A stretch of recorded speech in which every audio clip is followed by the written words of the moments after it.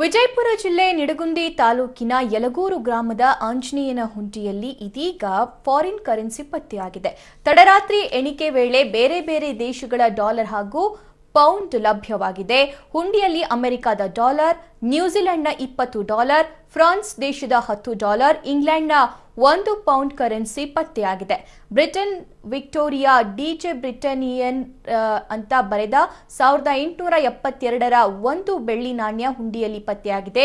ಅಲ್ಲದೆ ಬ್ಯಾನ್ ಆದ 500, 1000 ರೂಪಾಯಿ ಮುಖಬೆಲೆಯ ನೋಟುಗಳು ಪತ್ತೆಯಾಗಿದ್ದು ಒಟ್ಟು 49 ಲಕ್ಷ ನಗದು, ಚಿನ್ನ, ಬೆಳ್ಳಿ ಆಭರಣಗಳು ಸಂಗ್ರಹವಾಗಿವೆ.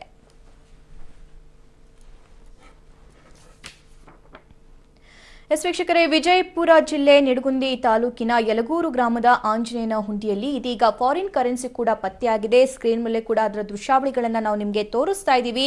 ಅಮೆರಿಕದ ಡಾಲರ್, ನ್ಯೂಜಿಲೆಂಡ್ನ ಡಾಲರ್, ಫ್ರಾನ್ಸ್ ದೇಶದ ಡಾಲರ್, ಇಂಗ್ಲೆಂಡ್ನ ಪೌಂಡ್ ಕರೆನ್ಸಿ ಕೂಡ ಪತ್ತೆಯಾಗಿದೆ. ಇನ್ನೊಂದು ಇಂಟ್ರೆಸ್ಟಿಂಗ್ ವಿಷಯ ಅಂತಂದ್ರೆ ಬ್ಯಾನ್ ಆಗಿರುವಂತಹ 500 ಹಾಗೂ 1000 ರೂಪಾಯಿ ಮುಖಬೆಲೆಯ ನೋಟು ಕೂಡ ಪತ್ತೆಯಾಗಿದೆ. ಅಂದ್ರೆ ಪ್ರವಾಸಿಗರು ಬೇರೆ ದೇಶದಿಂದ ಬಂದಾಗ ಇಲ್ಲಿನ ಸಂಸ್ಕೃತಿಯನ್ನ ನೋಡಿ, ಅಂದ್ರೆ ಇಲ್ಲಿನ ಜನ ಏನ್ ಮಾಡ್ತಾರೋ ಅದನ್ನ ಅದೇ ರೀತಿಯಾಗಿ ಅವರು ಕೂಡ ಅನುಸರಿಸ್ತಾರೆ. ಅಂದ್ರೆ ಆ ಹುಂಡಿಯಲ್ಲೂ ಕೂಡ ಅವರು ದುಡ್ಡು ಹಾಕಿರಬಹುದು. ಹೆಚ್ಚಿನ ಅಪ್ಡೇಟ್ಸ್ ಪಡ್ಕೊಳ್ಳೋಣ ನಮ್ಮ ಪ್ರತಿನಿಧಿ ಪುರುಷೋತ್ತಮ್ ಅವರಿಂದ. ಪುರುಷೋತ್ತಮ್, ಸುಮಾರು 1872ರ 1 ಬೆಳ್ಳಿ ನಾಣ್ಯ ಹುಂಡಿಯಲ್ಲಿ ಪತ್ತೆಯಾಗಿದೆ. ಅಂದ್ರೆ ತುಂಬಾ ಹಳೇ ಕಾಲದ್ದಿದ್ದು, ಅಂದ್ರೆ ಅಲ್ಲಿಂದ ಇಲ್ಲಿವರೆಗೂ ಇದನ್ನ ಓಪನ್ ಮಾಡಿರ್ಲಿಲ್ವಾ ಅಥವಾ ಏನಿದು?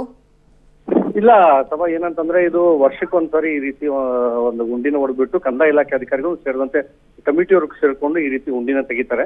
ಆದ್ರೆ ಏನೊಂದು ವಿದೇಶದಿಂದ ಸಾಮಾನ್ಯವಾಗಿನೇ ಏನಂತಂದ್ರೆ ಆಲ್ಮಟ್ಟಿ ಜಲಾಶಯಕ್ಕಾಗ್ಲಿ ಮತ್ತೆ ಐತಿಹಾಸಿಕ ನಗರ ಏನು ಗೋಲ್ ಗುಂಬಜ್ ಇದೆ, ಇದು ನೋಡಕ್ ಕೂಡ ಅನೇಕ ವಿದೇಶಿಯರು ಬಂದಿರ್ತಾರೆ. ಈ ನಿಟ್ಟಿನಲ್ಲಿ ಏನೊಂದು ಸುಪ್ರಸಿದ್ಧವಾದ ಈ ಉತ್ತರ ಕರ್ನಾಟಕದ ಪ್ರಸಿದ್ಧಿ ಪಡೆದಂತ ಏನೊಂದು ಯಲಗೂರೇಶ್ವರ ಏನಿದ್ದಾರೆ ಆ ಕಾರಣಕ್ಕೆ ಅಲ್ಲೂ ಕೂಡ ಬಂದಿರಬಹುದು.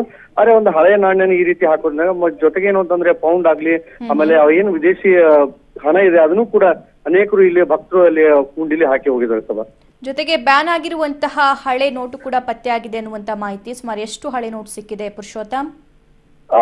ಏನಂದ್ರೆ 500 ಮತ್ತು 1000 ಏನ್ ಬ್ಯಾನ್ ಆದಂತ ನೋಟುಗಳಿದೆ ಅವನು ಕೂಡ ಹುಂಡಿಲಿ ಹಾಕಿದ್ದಾರೆ. ಆದ್ರೆ ಏನು ಅಂತಂದ್ರೆ ಕಳೆದ ಬಾರಿ 1 ವರ್ಷ ಆದ ನಂತರ ಕೂಡ ಅಂದ್ರೆ ಬ್ಯಾನ್ ಆದಾಗ ಹಾಕಿದ್ರೆ ಒಳ್ಳೇದಿತ್ತು. ಆದ್ರೆ ಬ್ಯಾನ್ ಆದ ನಂತರದಲ್ಲೂ ಕೂಡ ಈ ರೀತಿ ಕಳೆದ 1 ವರ್ಷ ತಿರುಗಿ 2 ವರ್ಷ ಆದ್ರೂ ಕೂಡ ಇದುವರೆಗೂ ಮತ್ತು ಇನ್ನೂ ಕೂಡ ಅವ್ನು ಇಟ್ಕೊಂಡು ದುಡ್ಡು ಇನ್ನೂ ಇದೆ, ಅದನ್ನು ಕೂಡ ಭಕ್ತರಲ್ಲಿ ಹಾಕಿರೋದು ನಿಜವಾಗ್ಲೂ ಆಶ್ಚರ್ಯ ತಂದೆ ಅಂತ ಹೇಳ್ಬೋದು. ಓಕೆ ಪುರುಷೋತ್ತಮ್, ಥ್ಯಾಂಕ್ ಯು ನಿಮ್ಮೆಲ್ಲ ಮಾಹಿತಿಗೆ.